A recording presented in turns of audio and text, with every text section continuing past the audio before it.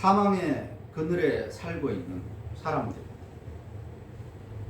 어떤 희망의 기대조차도 할 수 없이 절망에 빠져서 살고 있는 그런 상황, 그런 사람들에게 빛이 비치고 그 빛으로 인해서 왜 그렇게 기쁜 것이고 어떻게 그 빛으로 말미암아 기쁨이 주어지는지를 오늘 6절에서 말씀하고 있습니다. 한 아기가 이 땅에 태어날 것이기 때문에 하나님이 이 땅에 비추시는 그 빛은 바로 한 아기가 이 땅에 탄생하는 것입니다. 하나님이 보내시는 그 아기로 말미암아 이스라엘 그리고 나아가서 온 세상이 크게 기뻐할 것이라고 말씀하는 것입니다. 그리고 이 아기의 정체, 이 아기의 정체성을 우리에게 말해주는데 이 아기에게는 4가지 별칭이 붙어 있습니다. 첫 번째는 기묘자와 모사라, 둘째는 전능하신 하나님이십니다. 세 번째는 영존하시는 아버지, 네 번째가 평강의 왕. 하나님이 보내신 이 아기에게는 이 4가지 별칭이 주어졌는데 이 4가지 표현은 교차 대꾸 형식으로 되어 있습니다. 다시 말해서 외부의 구조, 즉 첫 번째와 네 번째가 껍데기라고 한다면 두 번째와 세 번째가 내부 구조에 해당합니다. 그래서 첫 번째와 두 번째와 세 번째가 굉장히 중요한 의미를 담고 있는 아주 문학적인 그 고차원적인 기법을 통해서 우리에게 이 아기의 정체성을 설명하는 기록입니다. 먼저 외부 구조를 보게 되면 첫 번째 기묘자와 모사라고 되어 있습니다. 기묘자와 모사라는 말은 조언을 해주는 사람을 말합니다. 특별한 조언을 해주는 사람인데 구약 성경 안에서 이 기묘자와 모사라고 할 때 그것은 하나님의 백성을 인도해 나가는 지혜를 지닌 지도자, 지혜를 지닌 지도자를 말합니다. 그리고 네 번째가 평강의 왕이라고 그랬습니다. 평강의 왕, 샬롬. 샬롬을 이 땅에 실현해내는 통치자를 의미하는 말입니다. 자, 첫 번째와 네 번째 표현으로 이루어진 이 껍데기인 외부 구조는 이 아기의 인간적인 성품, 즉 인성을 지닌 구원자의 탄생을 예고하는 것입니다. 참된 인간의 모습을 가졌다라고 하는 것입니다. 자, 이것은 창세기 3장 15절에서 인간들이 범죄한 후에 하나님께서 그들에게 여자에게서 한 아기가 태어날 것입니다. 그 아기가 사탄을 물리치고 세상의 구원자가 될 것이다. 이미 예고된 것입니다. 그렇기 때문에 이 아기가 기묘자와 모사가 되고 평강의 왕이 될 것이다. 즉 인성을 지녔을 것이다 라고 하는 것은 이스라엘 사람들, 이 성경을 읽는 독자들에게는 전혀 놀랍거나 새로운 사실은 아니에요. 하나님이 이미 예언하셨기 때문에 여자에게서 한 아기가, 인간 아기가 태어나고 그 인간 아기가 하나님이 보내시는 메시아 구원자가 될 것이다 라고 하는 것을 이스라엘은 대대로 들어왔기 때문에 이 한 아기가 이 2가지의 성품을 가졌다라고 하는 것은 대단히 놀랄 만한 사실은 아니다 라고 합니다. 그런데 내부 구조에 해당하는 것입니다. 두 번째 표현과 세 번째 표현인데, 둘째 표현은 전능하신 하나님. 이 아기는 전능하신 하나님일 것입니다. 이 뛰어난 전쟁의 신이다 그 말인데, 전쟁을 수행해서 자기 백성을 구원하는 존재라는 의미로 이 태어날 아기가 전쟁을 수행하는 하나님이라는 것입니다. 아기는 전쟁을 수행할 하나님이라는 것입니다. 어떻게 아기가 하나님이라고 불릴 수 있는 것인지 이 예언을 듣는 사람들, 또 이 성경을 읽는 독자들은 매우 놀랄 수밖에 없을 것입니다. 인간 아기인데 그 아기를 전능한 하나님이라고 부른 것입니다. 그 다음에 표현이 영존하시는 아버지다 그랬습니다. 영존하시는 이건 더 충격적인 표현인데 영원히 존재하시는 아버지라고 하는 것인데 이것이 굉장히 놀라운 표현, 충격적인 표현이라고 하는 것은 아기인데 분명히 아기의 탄생을 예고하면서 그 아기를 향해서 영존하시는 아버지라고 불렀다는 것입니다. 아기를 아버지라고 불렀습니다. 어떤 아기가 왕의 가문에서 태어났을 때 왕 혹은 왕자라고 부를 수는 있지만 아버지라고 부를 수는 없는 것.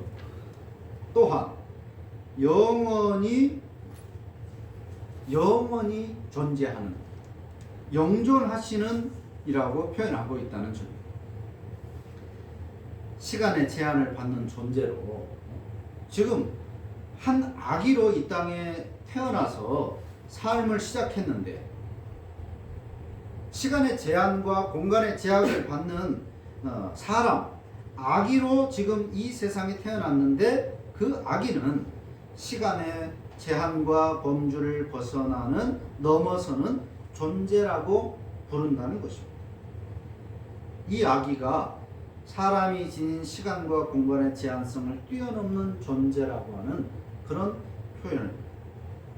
다시 말해서 내부 구조를 형성하고 있는 전능하신 하나님, 영원하신 아버지, 이 표현은 장차 태어날 그 아기가 기묘자와 모사, 평강의 왕이 뜻하는 인성을 지닌 존재만 아니라 동시에 그 인성이 상상조차 할 수 없는 사람의 생각으로는 양립이 불가능하게 여겨지는 신성까지도 지닌 존재임을 명확하게 제시해 주고 있는 것입니다.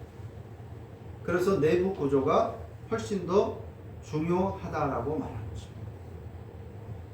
외부의 구조, 즉 인간의 속성을 가졌다. 아기가 하나님이 보내신 그 아기가 인간의 속성을 가졌다. 이건 너무나도 납득하기 쉬운, 이해하기 쉬운 부분입니다. 그런데 그 내부 구조, 그 아기에 대한 두 가지 표현, 전능하신 아버지다. 그리고 영원하신 아버지시다. 전능하신 하나님이시고 영원하신 아버지다. 아기를 그렇게 불렀다라고 하는 것은 참으로 이해할 수 없는 놀라운 것입니다. 자, 그래서 이 표현들을 통해서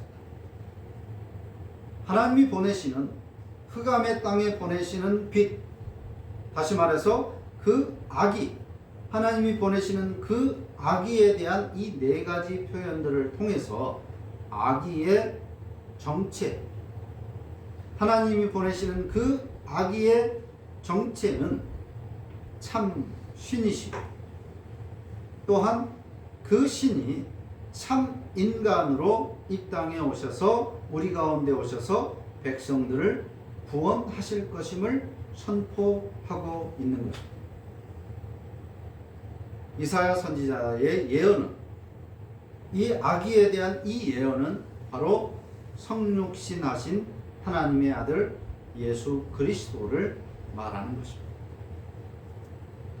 그러므로 성탄절은 단지 한 아기의 탄생이 아니라 하늘과 땅이 연결되는 엄청난 사건인 것이고 하늘나라에 계셨던 초월자이신 하나님이 인간의 몸을 입고 임마누엘 하신 우리 가운데 거하시게 된 내재화, 즉 신비로운 날이 바로 오늘입니다. 가장 높으신 분이 자발적으로 낮아지셨고 고난을 당하셨고 십자가에 죽기까지 희생하신 그 굴욕을 감수하셨다는 의미입니다. 예수님 그 자신에게는 한없는 굴욕이었지 우리에게는 한없이 큰 기쁨이 되는 사건이 일어난 그 날이 바로 성탄절인 것입니다. 그래서 성탄절날 천사들이 가장 먼저 목자들에게 그 사실을 알리면서 기쁨에 대해서 말하고 있는 것입니다.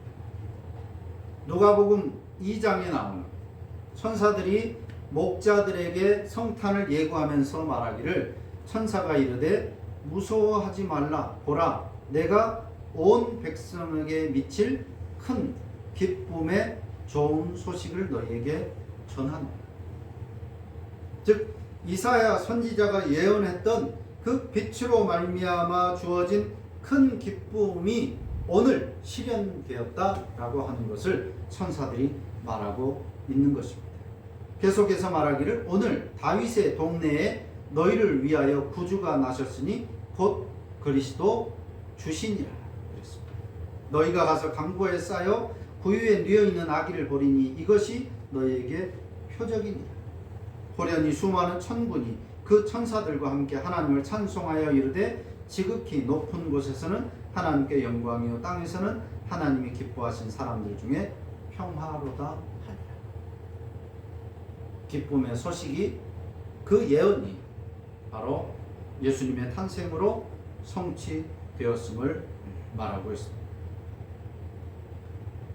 그 어느 때보다도 어둠과 사망의 그늘 같은 시기를 살고 있는 오늘, 특별히 주일날과 맞물린 성탄절을 맞이하면서 나에게 임한 이 기쁨을 누리는 것으로 끝나지 않고 구원의 희망조차도 품지 못하고 살아가는 우리 주변의 사람들을 돌아보고 내가 들은 바 이 기쁨의 복음을 전하고 나아가서 그들의 필요를 채우고 더불어서 같이 기쁨을 나누는 성탄절이 되고 또 한 해의 마무리가 되게 하는 것이 오늘 성탄절을 맞이하는 우리의 생각과 자세 또 삶의 모습이 되어야 하는 것입니다.